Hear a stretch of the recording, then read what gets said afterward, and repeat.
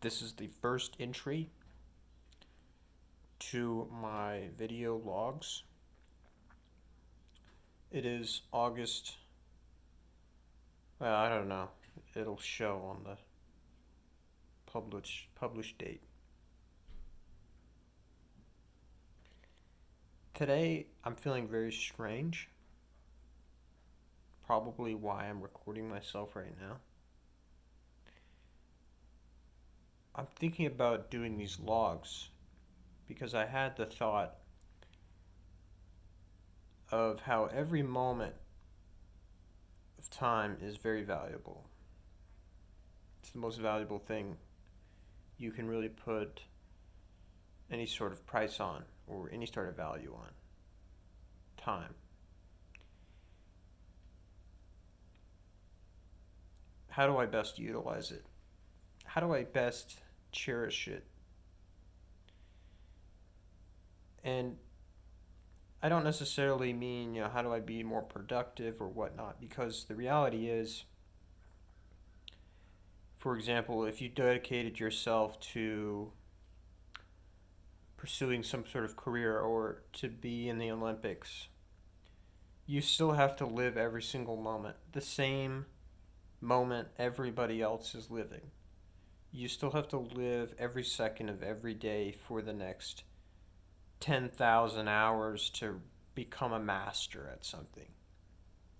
20,000, 100,000 hours, whatever it is.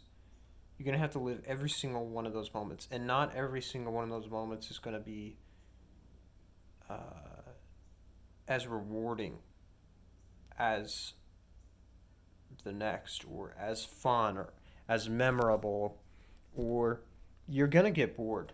Even if you're training to be in the Olympics, not every second of every day is literally training. A lot of it is sleeping, eating, doing daily chores. But every second, no matter what's going on, no matter how boring it might be, is incredibly valuable. And how do I make it seem, how do I appreciate that value more? I think there's two ways that I'm approaching it. Just through mindfulness and being in the moment and working on appreciating every moment more, as is. But I also think capturing moments in video somehow makes a copy of, not all moments. I'm not going to be recording myself 24 hours a day. But it makes a copy of some moments, a few minutes. And these videos aren't going to, they're not vlogs in the sense that they're trying to capture or tell some story about my day or capture something interesting. No, that's not the point. In fact, it's more counter to that. It's more opposite. It's actually to capture the dull moments. Not exclusively. If something exciting happens, I might capture that, but there's no pressure to make these logs exciting, interesting to watch. They're not for anybody else really, but myself. To catalog moments that I wouldn't otherwise remember or cherish as much. There are a lot of benefits to capturing your daily life, and I would like to see where it goes. I might not record every day. I certainly won't record every moment, and the videos will certainly not be very exciting the vast majority of the time.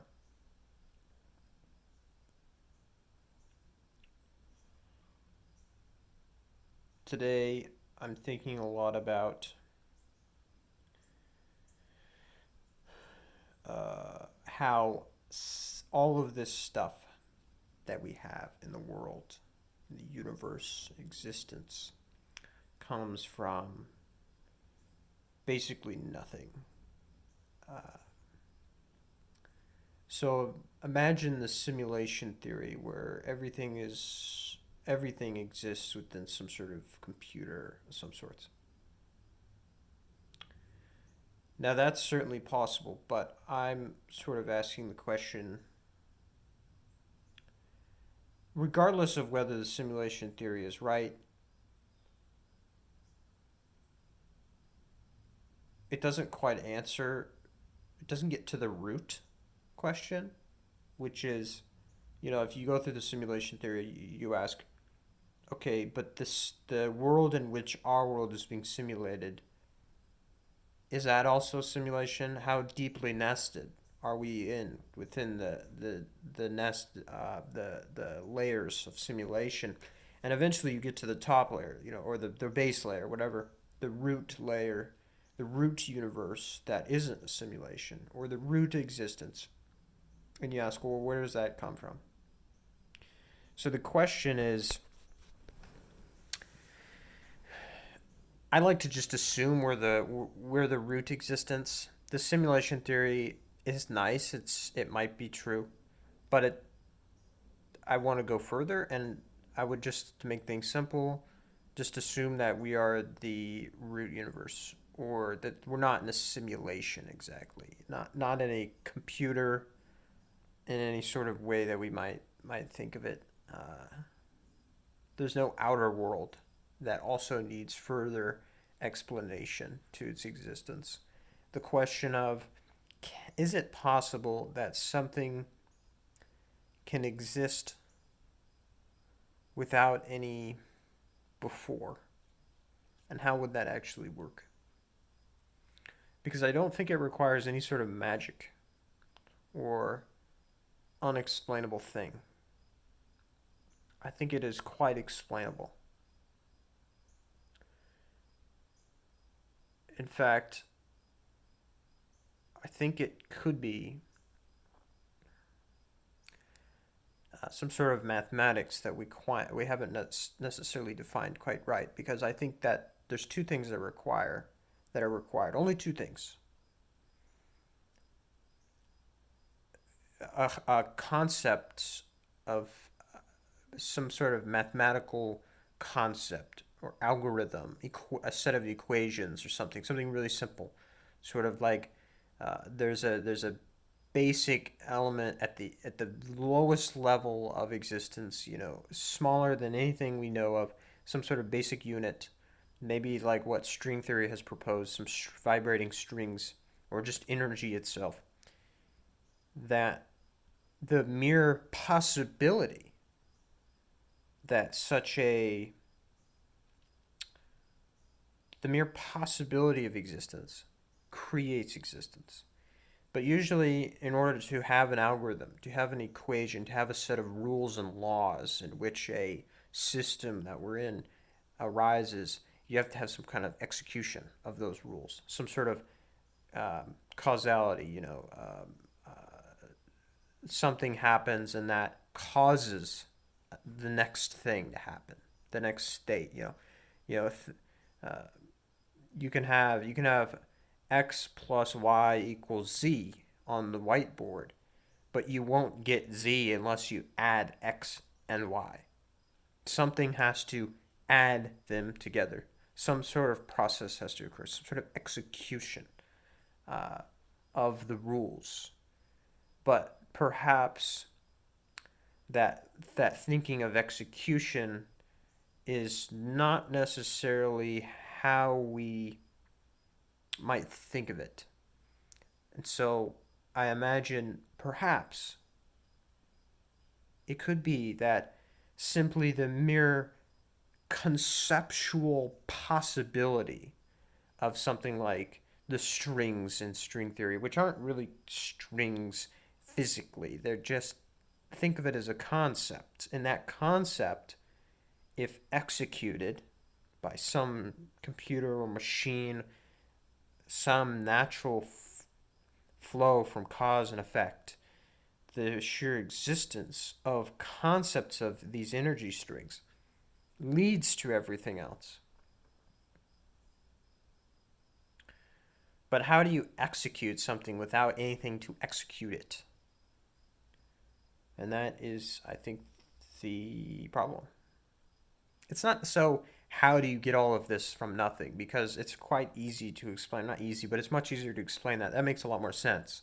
You can come up with something like strings and string theory and use those to explain the elementary particles and use the elementary particles to explain quantum field theory and quantum mechanics and gravity and uh, atoms and molecules and blah blah biology, and then we get further higher up in the higher level of concepts.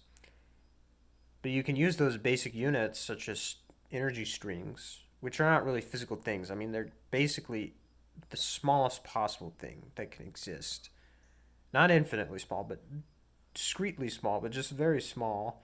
And they're not even, they're made of pure energy, which is really just like a conceptual metric. It doesn't have any sort of, there's nothing further to drill down into. It's not made of anything, it's just a concept. And that leads us to believe that, well, everything is a concept. There's no such thing as materialism. All these things, the chair, the window, the air, my body, everything is not actually, it's just a concept. A concept that is being perpetuated by something. Something causes the state of everything to lead to the next state of everything. But maybe this idea of an execution is an illusion. That maybe it's all happening instantly, and it's simply just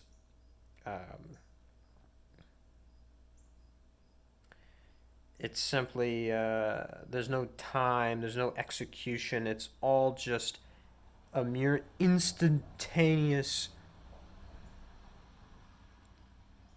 blip because it's a possible thing. Because why does anything exist at all? Because it can.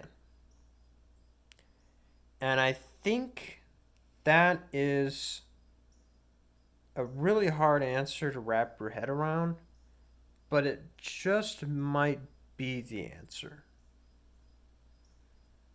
Uh, the closest thing to an answer that you can get is because it can.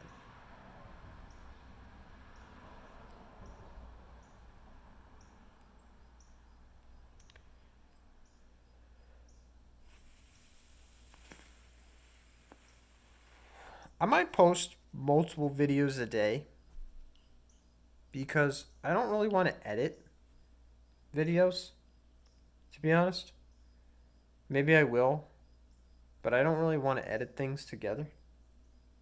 I would rather just record unedited raw clips and upload them. So maybe I'll do that.